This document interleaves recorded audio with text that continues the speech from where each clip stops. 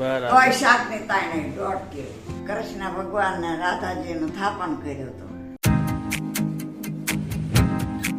તો hey guys, good morning, welcome to a new vlog. જય સ્વામિનારાયણ, જય શ્રી કૃષ્ણ. અત્યારે સવારના છે ને 8:45 થાય છે, બરાબર ને 8:45 ને આજે હું પહેલી વાર ઘણા સમય પછી સવારનો હું નાસ્તો કરવાનો છું, બરાબર. તો હું મતલબ નાસ્તો કરતો જ નથી, પણ પહેલા હું સ્ટાર્ટમાં કરતો, પછી મેં વચ્ચે બંધ કરી દીધો. એટલે મેં 3-4 મહિના થઈ ગયા છે કે સવારમાં નાસ્તો નહીં કર્યો હોય. સવારનો નાસ્તો જો આ છે કંઈક તળેલી ભાખરી અને ચા, બરાબર. તો સવારના નાસ્તામાં તળેલી ભાખરી અને ચા છે, બરાબર. જય સ્વામિનારાયણ. જય સ્વામિનારાયણ, જય શ્રી કૃષ્ણ, જય માતાજી. તો સવાર ઓલા ઘઉં પૂરા થઈ ગયા કે ઘઉં પૂરા થઈ ગયા? ક્યારે પૂરા છે? હવે આજ થોડા ઝીણા રહેશે ને, એ દળીને ઠેકાણે કરી દેવાના છે પૂરા પછી. બરાબર. બાકી બધું પૂરું થઈ ગયું ઘઉં? બધું પૂરું થઈ ઓલું ગયું. કઈક ઝીણા નાના ઘઉં વીજા હતા ને, એ થઈ ગયા પૂરા, એ પૂરા થઈ ગયા. એ થઈ ગયા. હા, તો હવે લોટ દળી નાખો એટલે લાડવા બનતા થાય. તારે એ જ ઉતાવળ લાગે છે લાડવા ખાવાની. નવા ઘઉં આવે ને તો લાડવા બનાવવા પડે. બનાવવા જ પડે. બનાવવા પડે ને? બનાવવા પડે. હા, તને એમ. બહુ ભાવે ને? ઓકે, બધાને લાડવા બધાને ભાવતા જ હોય. મારે જવાનું છે બહાર, બરાબર. એટલે આજે હું થોડો ને વહેલો જાગ્યો છું ને આજ સવારનો નાસ્તો પણ કરું છું, બરાબર. તો ફટાફટ છે નાસ્તો કરી લઈ, બરાબર. ગાઈસ કેરીની કટકી થઈ ગઈ, સમજો. બા, કામ પૂરું થઈ ગયું? હજી સારું થયું છે રાંધવાનું. અરે એ નહીં, હા, આ બોલ્યો. આપણે આ ઘઉં વાળું. હા, હા, આ પૂરું કર્યું. અટાણે આવી છે. આ રીંગણા ને ડીટીયા તો ગાઈસ રીંગણું ન નીકળે ને એને કરતા તો ડીટીઓ વધારે નીકળે. બપોર કેળે 4 વાગ્યાથી ત્યાં જવાનું ઓખરા. ઓખારણ એટલે શંકર ભગવાનનું ને પાર્વતીજીનું ને ઓખાનું ને ખંડાનું વાસ્તે ભાવના આજે એમાં જવાનું છે તમારે? સરસ.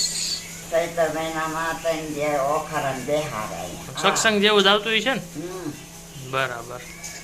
એટલે ઓખા મીઠાની કોટડીમાં હતાઈ ગયા હતા. શંકર ભગવાન તપ કરવા ગયા હતા. આપણે છે ને બા આખી વાર્તા ને એક આખો વિડીયો બનાવશું, બરાબર. અત્યારે બધું નથી કેવું, આમાં લાંબે થઈ જાય એટલે. તો ગાઈસ છે ને આ આખી વાર્તા છે ને તમને આખો અલગથી વિડીયો મળશે, બરાબર. આ આખો વિડીયો સાંભળજો. આ વિડીયો હું આખો અપલોડ કરીને ડિટેલિંગ, બરાબર. આ તો થોડી જ કીધી છે.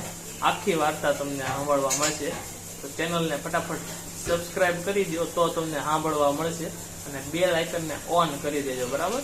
4:30 થવા આવ્યા છે અને અત્યાર લગી મને એટલું મતલબ માથું દુખતું ને, તો અત્યાર લગી હું સૂતો હતો, બરાબર. મતલબ કે મેં એડિટિંગ કર્યું ને 3-3:30 બાજુ હું સૂતો. એટલે હવે હું જાગી ગયો કમ્પ્લીટ ને હવે મારે જવું છે આંગળીયામાં. તો ફટાફટ જાઉં ત્યાં અને મારું કામ બતાવું. બા ક્યાં ગયા? આ નીચે સત્સંગ, નીચે આપણે નીચે સત્સંગ થાય છે ને, હા. ત્યાં ગયા છે. ધાબે નથી ગયા ને? ધાબે નથી ગયા, નીચે સત્સંગ થાય છે ને, એ તો ત્યાં 3 ગયા છે. વાગ્યાના જાગી ગયા હતા. હું આટલું અહીંયા આવ્યો ને તો એ જાગી ગયા ને હું સૂતો. અહીંયા નીચે અહીં હું ઉઠી હતી ને તો એ નીચે બેઠા હતા, તો એ સત્સંગમાં ક્યારે ગયા ખબર નથી મને તે નથી ખબર. તો એ ગયા એમ ને હા, સત્સંગમાં? સત્સંગમાં ગયા. બરાબર.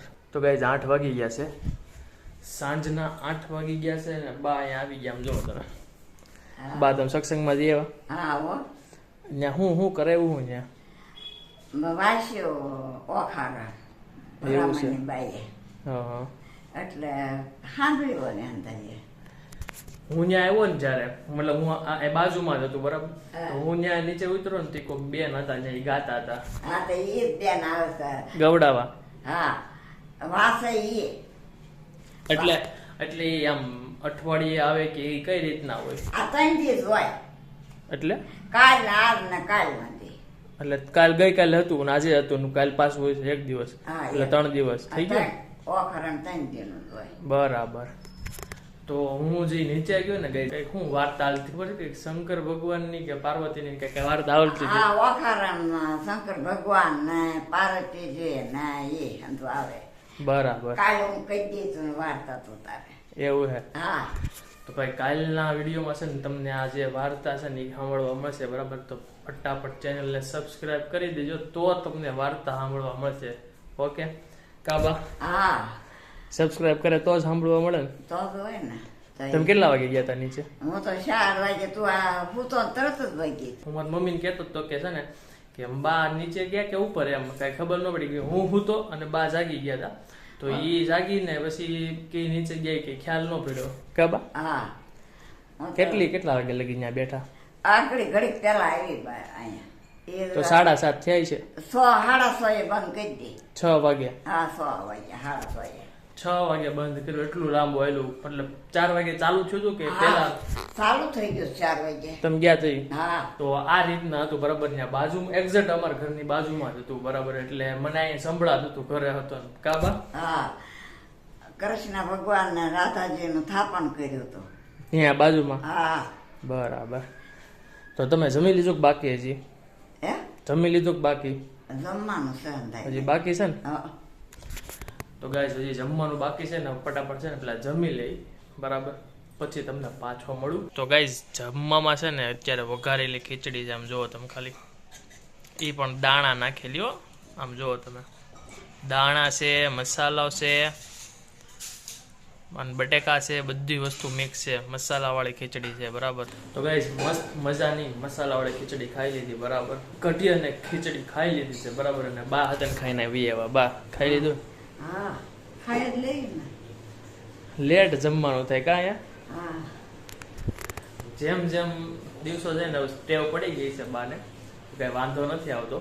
કેમ કે લેટ અહીંયા જમવાનું હોય સુરતમાં ભાઈ, ગામડાની જેવી સિસ્ટમ તો ન હોય. પણ આના બધી વસ્તુ તમે ગામડે ખાતા હોય ને તો મજા આવે. એમાં ત્યાં વાડીએ જઈને ખાવ ને એટલે બહુ મજા આવે. ગાબા આપણે ખબર એકવાર ગામ વાડીએ પ્રોગ્રામ કર્યો હતો, આપણે બધું ઘરેથી બનાવીને વાડીએ ખાધું હતું.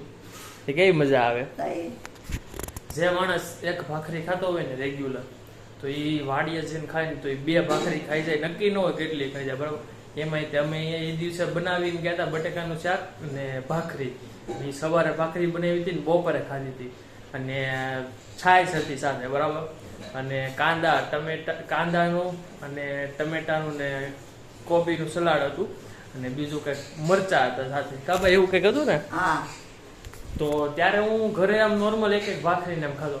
તો એ દિવસે મેં 2.5 ભાખરી ખાધી છે બોલો, વાડીએ જઈને. સવારમાં નથી ખાધું મેં, પણ ત્યાં વાડીએ બપોરે ઝાડવા નીચે બેઠા હતા બરાબર.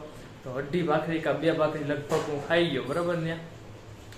તો એટલી મજા આવી હતી. એમાં તો છાશ તો ઘરની હોય, ગામડે છાશ છે ને આમ ખાટી મીઠી, એટલે બહુ મજા આવે પીવાની. એમાં મીઠું મીઠું નાખીને સાથે કાંદો અને એવું બધું હતું. કાબા આ વખતે ગામડે જઈ પાછું એવું કરવું છે ને?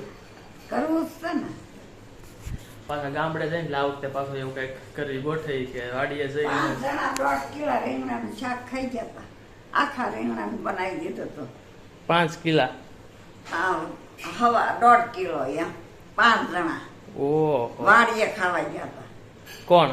તાર પપ્પા ને મુના કાકા ને બાલો ને રાજુ કાકા ને પરસોત્તમ કાકા એટલે ગયા હતા. બરાબર. કોઈ શાક ની તાણે 1.5 કિલો રીંગણા, આખા રીંગણાનું શાક દીધું હતું. હારે હું બાજરાના રોટલા? નહીં, ભાખરી હતી. ભાખરી? હા. બપોરે ખાવા જઈ કે ભાખરી વધી પણ શાક ઘટ્યું કે 1.5 કિલોનું. અને અમારે અમરેલી બાજુ છે ને વધારે તાવા બહુ થાય બરાબર. તો જ્યારે દિવાળી ઉપર જાય ને એટલે તાવા ચાલુ જ હોય. એટલે ગામડે જાય એટલે કોકની આમંત્રણ આવી ગયું કે તમારામાં અહીંયા 2 જણા 5 જણા 3 જણા જે હોય તમને તાવામાં બહુ જવાનું થાય. તાવામાં જે મજા આવે ને જમવાની કાબા, હા બહુ મજા આવે. અહીંયા નાની એવી તાપડી બનાવે ને શાક હોય અલગ અલગ ને સેવ ટમેટાનું શાક ને કાંદા ને હોય. હા. અને નીચે આમ પંગત પાડીને બેહવાનું બરોબર. આપણે કેમ હાથે મતલબ બધું હાથે લેવાનું અમુક, અને અમુક જગ્યાએ પંગત હોય કે ભાઈ તમે બેસી જાઓ, ડીશ આવી જાય અને પીરસવાય આવી જાય.